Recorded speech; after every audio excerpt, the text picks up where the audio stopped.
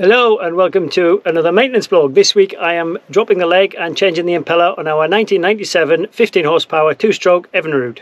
So we had a problem with the main Evinrude, our 15 horsepower 2-stroke. It was overheating, and then we noticed there was no water coming out and it was smoking, but luckily there's an A-frame over by Red Frog Marina office, and they've kindly let me use that to drop the leg and change the impeller. I mean, thinking about it, the impeller hasn't been changed in probably about 4 or 5 seasons.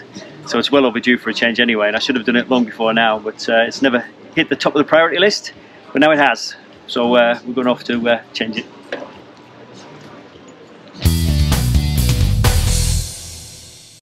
This is our next boat. But as you can see, even on a boat like that, there's still always jobs to be done.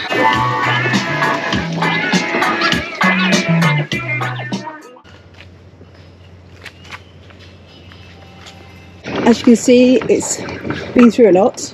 It's just old. The less attractive it looks, the less likely it is to be stolen, and that's the reality all over the world. So, you know, as long as its insides are healthy, then you know, why not keep it? So I guess if anything typifies the fixing yachts in exotic locations, is this job. Because we're in this beautiful island paradise of Bastimentos, Red Frog Marina in Bocas del Toro in Panama, and we just spent the last few weeks just servicing engines, generators, toilets, and now it's the outboard.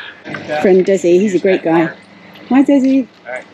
You okay to do it here, or do you want me to move it out of the way? You're fine. Is that going to stand up? So the first job was to drop the lower leg, and to do that I had to remove the 8 bolts on the plate just above the cavitation plate.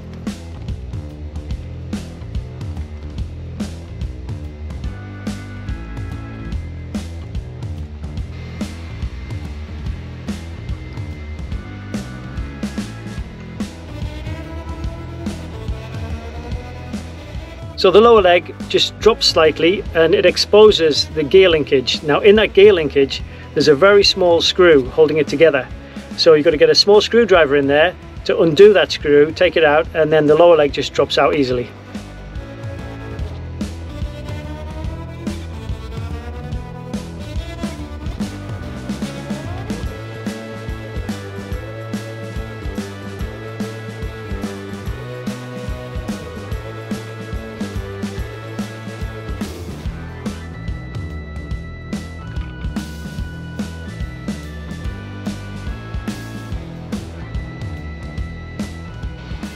And here you can see the cooling water pipe, the conduit for the shaft, and the gear linkage.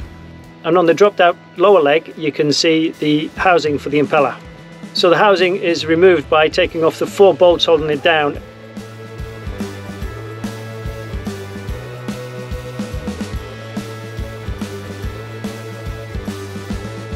And then it just slides off the shaft.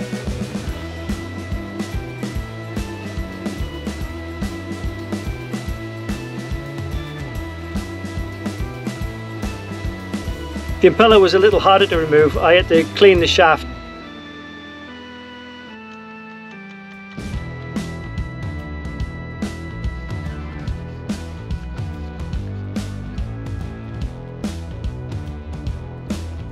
And then grease it slightly. And then the impeller just slides up the shaft like the housing does.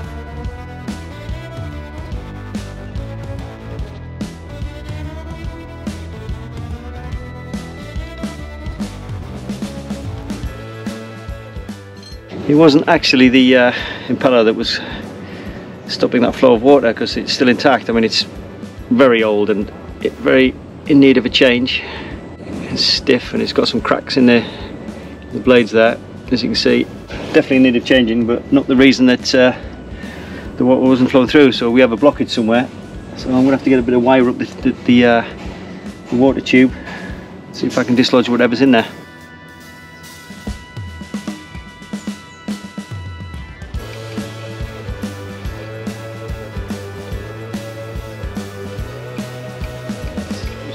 Clean mystery.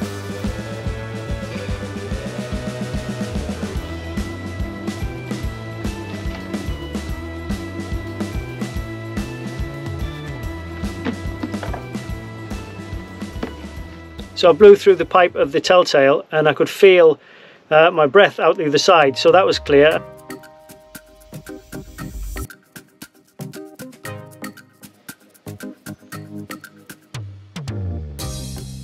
And then I poured some water on and that was running free. So whatever was blocking that pipe was obviously cleared now. That's the reason I prefer to do this sort of maintenance on land, is because I lost that woodruff key there for the impeller. If that had been on deck, it would have been straight over the side. Luckily I've got a new one. So I already had the service pack from Evinrude, and so I decided to change as much as I could.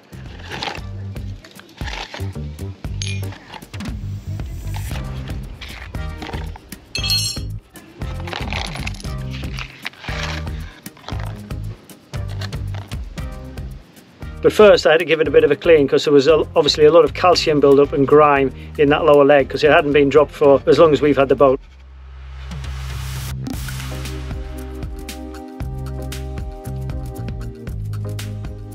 So next I'm just going to rebuild the water pump. Even though that's okay, it seems fine, it's very, very old, so I might as well stick the new one in.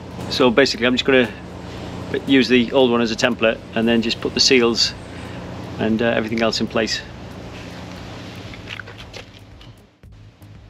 So there is a little bit of pre-assembly needed to do this, but it's nothing major.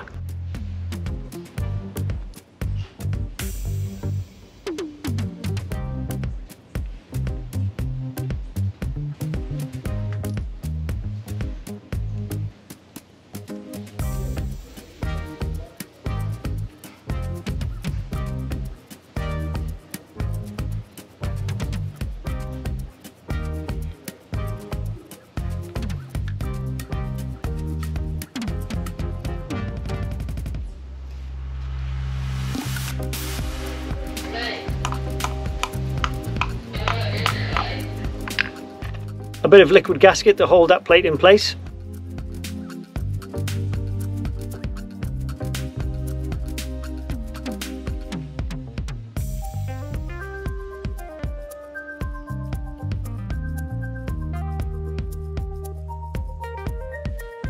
So then I just slid the impeller back in place over the shaft, and then had to put the housing on top, which to be honest is a bit fiddly because you have got to bend the blades to fit the housing over the top. And then I replaced the 4 bolts.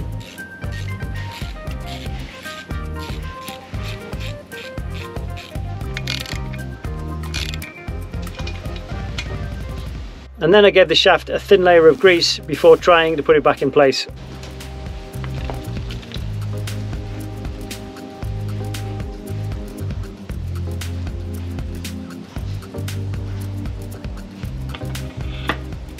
The shaft has to fit exactly in the power head, and to do that you've got to kind of put it in place and then twist the propeller a little bit, as well as putting it in first gear to try and get the linkage to line up, while also trying to fit that screw in place. Nice. Good? Yep, hold it, hold it, hold it. Out of the package. Nearly there. Corner broke off. I'm just like, how do they sell shit like that? Yeah, for Cody. And some money. Whoa, lift it up a bit. That's it. That's it, my man. Right, cool. Right, push, push. Over there. One. Let's get a few turns in it. Small screwdriver.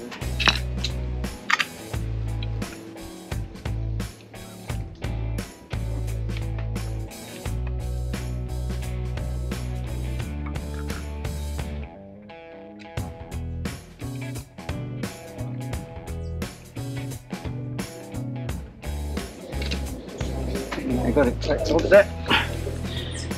Get one of these in. So once that was back in place, I had to get a couple of bolts in there to hold the lower leg in place before it dropped out again. Oh, you suck it there or no? One out there. Is it? It's a 12. I mean, to be honest, it probably would have been easier to do it on a bench rather than an A-frame, but I had to sort of make do with the stuff I'd got. That's it? Yeah. It's good? Alright, you could do it yourself, man. Yeah. Alright, my friend. Thanks very much. Okay, well. Thanks. Pain in the ass job that is. I just sanded it a lot and then greased it, and then it just we popped in.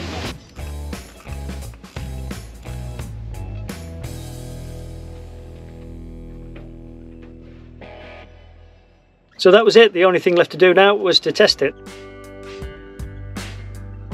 It was so overdue for a swap out. The real pain was when we put it back together. The gear link could only be put together through the gap once you put the leg together. The only way to get it in place was to move the propeller and move the shaft, but the only way you could do that was when it was in forward gear. But when it was in forward gear, the link mechanism dropped below the gap, and so you couldn't get a screwdriver in. So we had to put it into gear, twist it until it was in place, and then get a screwdriver in the gap, and then flick the linkage up so it clicked in place, and then get the screwdriver in, connect it together, and then complete the gap.